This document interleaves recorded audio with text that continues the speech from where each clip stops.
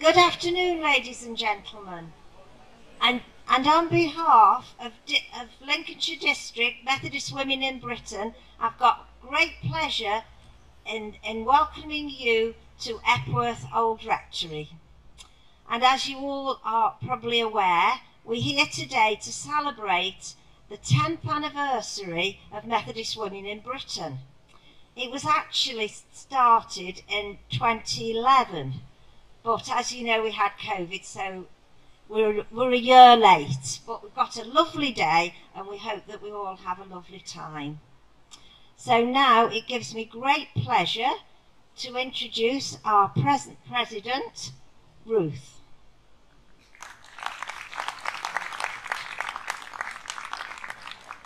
Thank you, Eileen. Well, it's lovely to see you all today. We've picked a gorgeous day. I hope you're enjoying yourselves. If you haven't been to the stall, then do have a look. There are quite a few freebies there for you. And can I just say, this beautiful glass here was designed by Michaela Youngson for our anniversary, and it is not for sale. So come and have a look at it. It represents our 4 areas of work. And thank you to Eileen for the beautiful flowers that are coordinated, I think. Now, it's my great pleasure to introduce you to Sarah Hollingdale. Sarah is our keynote speaker today, and she is the Methodist Connectional Heritage Officer. Is that right? Yes. And it's quite a new post, and she's been very busy in the last few weeks, finding homes for artefacts from Methodist Church House. So, welcome Sarah, and over to you. Thank you. That made me sound very grand. It's really lovely to be here, and it's lovely to be here in sunshine, because I've just driven up from Malvern. Oh, I'll come closer. And it's been raining the whole way, so I thought that I was going to arrive to just soggy horribleness, so this is beautiful. But every time I've come to Epworth, it's been beautiful. And the first time that I encountered Methodist Women in Britain was in relation to hearing a talk given by Dr. Ruth Slatter at Epworth about the incredible collections that they hold here. And the reason that I remember it so firmly is because it was all about things like umbrellas, craftism, really normal, everyday artefacts and items, and that is right up my street. I offended someone recently by saying, if you've seen one castle, you've seen them all. And what I mean is, you go to a castle and there's no story, there's no people. You can read about kings and battles and all these big bits of history, but where's the personal, where's the real people? So Dr. Ruth Slatter's research really stuck with me, and I thought for coming here today, I would tell you about some women, some very ordinary women, most of them are Methodists but not all, I'm hoping you'll let me off, who've inspired me on my journey as Heritage Officer and in Heritage, and in the hope that I can give you some encouragements along the way. So the first woman I want to tell you about is Coralie. Now, Coralie is the reason that I'm standing here today, because when I went to university, a good 10-15 years ago, I was really set on going into media as a career. I worked for newspapers and radio stations, and that's what I really enjoyed doing, because I love telling people stories. And I participated in this project called Story in Sheffield, about helping people to tell their life story, people who were in quite difficult situations. Now, Coralie was at the time under mental section. She had special dispensation to leave the hospital once a week to come and work with me, and we spent 3 months telling her life story through recreating her living room.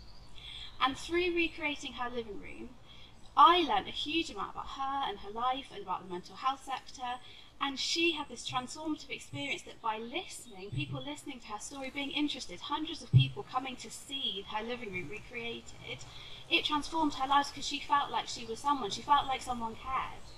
And I thought, well, maybe actually I don't need to think about stories in that kind of journalistic sense, maybe there are other options.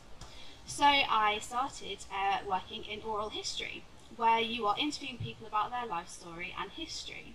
And so the second woman I want to tell you about is Alice Brown. Now, I'm very attached to Alice Brown, but she was born in 1901, and I never met her. She died before I was even born.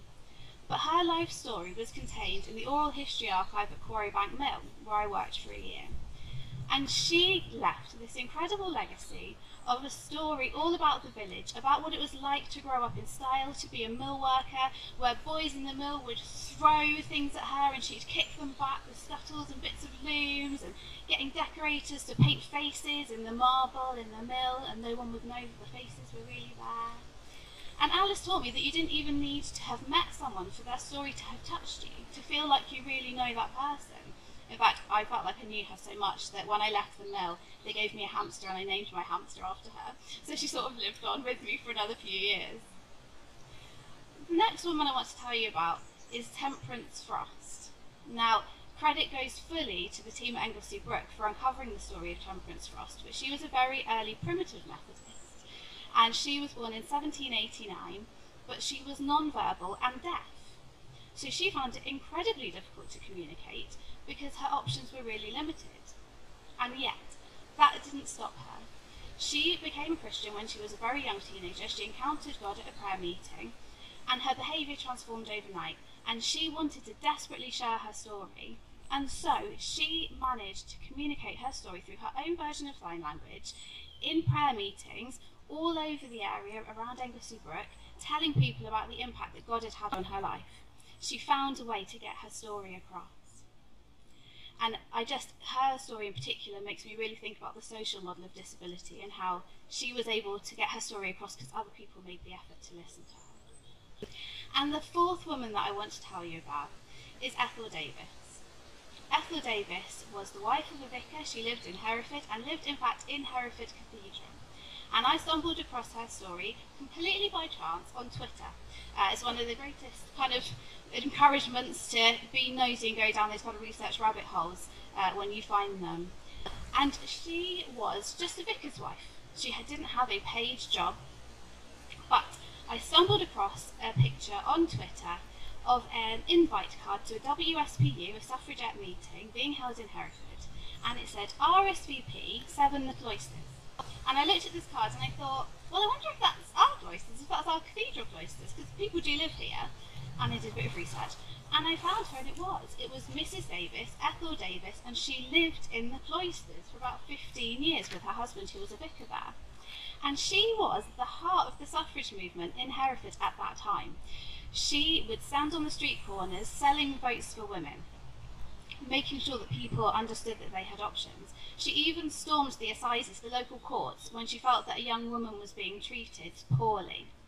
She managed to find a way of making sure that people listened to her and that she had an impact on the city. And these four women strike me because they found a way of making sure that their stories were told. They, whether through recreating their living room or doing an oral history interview or kind of standing up in the middle of a church and finding a way to sign, or standing on a street corner or storming a court, they found ways to make their voices heard. And yet I can't imagine that they'd have believed that hundreds of years later, any of us would still even be interested in their stories. And yet every time I've shared any one of those stories, I have had such positive responses from people. So my first encouragement to you is this, is that your story really matters. Whether you as an individual here today, or Methodist Women in Britain as an organisation, your story, what you have to say, really matters. Always find a way to make sure that people listen and get that across. Now, Ethel actually was very interesting because, as I said, she was a vicar's wife and she was storming courts. She was out on the street. She was behaving in a way that I think even I would find quite challenging. But her husband had a different status in society. He was a vicar and he used his status to join with the suffragists, and he gave lectures all around the country about the importance of women's suffrage. They were working towards the same aim, but in really different ways, because they didn't both have the same sets of options. George Davis had one set of options. He was a vicar, he had social status, and he was a man. He could do things that Ethel couldn't, but Ethel had to find a way to have an impact, to make a difference. Which brings me to the woman who I am sure we are all well aware of, who lived behind me in this house, to Susanna Wesley, who is one of the greatest examples of finding a way to have an impact, no matter where you are and the restrictions that you may be facing. I'm sure I'm preaching to the converted, because I'm sure you all know plenty about Susanna. But for maybe the one or two of you that aren't as aware, Susanna lived here with her husband. Her husband, you know, I could use stronger terms, but he wasn't the most supportive of husbands, and he wasn't the most present. He spent long periods of their marriage away or in debtor's prison, and Susanna was left here on her own, raising the children predominantly on her own. And she had a lot of children, a lot of children, and they didn't all survive to childhood or to adulthood. Her life here would have been chaotic. I cannot imagine that many children on my own, and not even CBeebies to distract the kids with. And yet, she wasn't willing to get distracted by the chaos of life and let that be an excuse. She made sure that she was going to raise her family differently. She made sure that her girls were taught just as much as her boys. The girls weren't even allowed to be taught girly skills like sewing until they'd learnt to read and write. She was determined that they were going to have different opportunities and a different life. She wasn't willing to let people restrict her if she could see that there was a need. When the community and the needs of the community and the local church weren't being met, she did something about it. She began to hold prayer meetings here in Epworth for people. Not just other women, men and women here gathering together to pray and to worship God. Now that would not have been in any way an acceptable thing to do, and it was not looked upon well by either the church or by her husband, and yet she persisted because she knew that's what she needed to be doing. She knew there was a need, and she knew that she had the skills to meet that need. I always remember the story that I was told very early on working in this role, which is that Susanna would often sit with an apron on her head because life around her was chaotic. And the only way she could find some peace and quiet was to put the apron on her head, and her children all knew that was prayer time. You do not disturb her if she has her apron on her head. She knew that she was here to serve someone other than just her family. She knew that she had a purpose to serve God and to make a difference. And she did. From her kitchen table, she raised children who transformed history. We wouldn't be here today, none of us would be here today, and we wouldn't be here today without the Methodist Church, and I think we can all agree the Methodist Church wouldn't be here without Susanna and the way she raised her children. Susanna changed the world just from her kitchen table. And so that's my encouragement to you, is that no matter where you are right now, and going forward as an organisation, as individuals, no matter where you are, God can use you, and you can serve, and there is a purpose for your life. There is something that you can be doing, and that might be from your kitchen table. If you've been following the Walking with Micah, My Justice Journey project over the last few weeks, people have been sharing their stories on social media of justice, what justice means for them today, and some of these things are huge. Right, some of them are like politicians changing laws and really big things, and marriage equality and all these big things. And some of them are really small things, and people writing letters to Cadbury from MAYC weekends away to ask Cadbury to become fair trade, and seeing the difference and the trickle effect of all those letters, hundreds of letters all flowing into Cadbury that same weekend, and the impact that that had on them. And people have, in response to that week of campaign, have said that they have really appreciated seeing the big things, but also the small things. That we can achieve big things, but also sometimes those little things trickle into something bigger. So that's my second encouragement. Wherever you are, God can use you. You can be doing something. I would be remiss to not acknowledge that the reason that Susanna's options were so limited were because of her gender. And I could go on quite a rant, and I won't. I'm going to leave you just with this one kind of statistic that I think speaks to that instead, which is that after Susanna died, it was still another 250 years before women were allowed to be ordained in the Church of England. 250 years after her death before she'd have been allowed to do what she was doing within the organisation. And I have found it so refreshing to come to a church where the giftings and the benefits and the contributions of women have been acknowledged from the very roots. To have Susanna at the roots of Methodism, to have women like Temperance Frost being able to stand up and state their case and speak of their faith has been incredible. And I know that Methodist Women in Britain have been a really key part of some of those stories and a really key part of that history of Methodism. You are a key part of the Methodist Church to be holding us to account and to know that you are there as this core group, making sure that women are never forgotten. And so my final encouragement to you brings me back to Dr. Ruth Slatter's research and her talking about the significance of the butterfly logo to women who'd been involved with Epworth for a very long time. And this week, I just happened to stumble across, although I suppose it, and I'm pretty sure it wasn't coincidental, but was more kind of God-given than that, that this woman said that when she went to job interviews, she always wore butterflies because then she knew that the butterflies weren't in her stomach, they were somewhere else, and it helped her to be more confident. And I thought, gosh, yes, you know, that made her feel confident and empowered. And all of you women and men who I know have treasured that butterfly symbol, as you go forward into your next 10+1 and longer years, be bold. The butterflies shouldn't be in your stomach.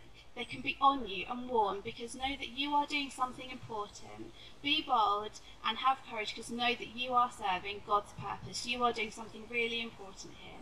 So thank you for including me in your celebration of 10+1 today, and I look forward to seeing what happens in the next 10+1 years.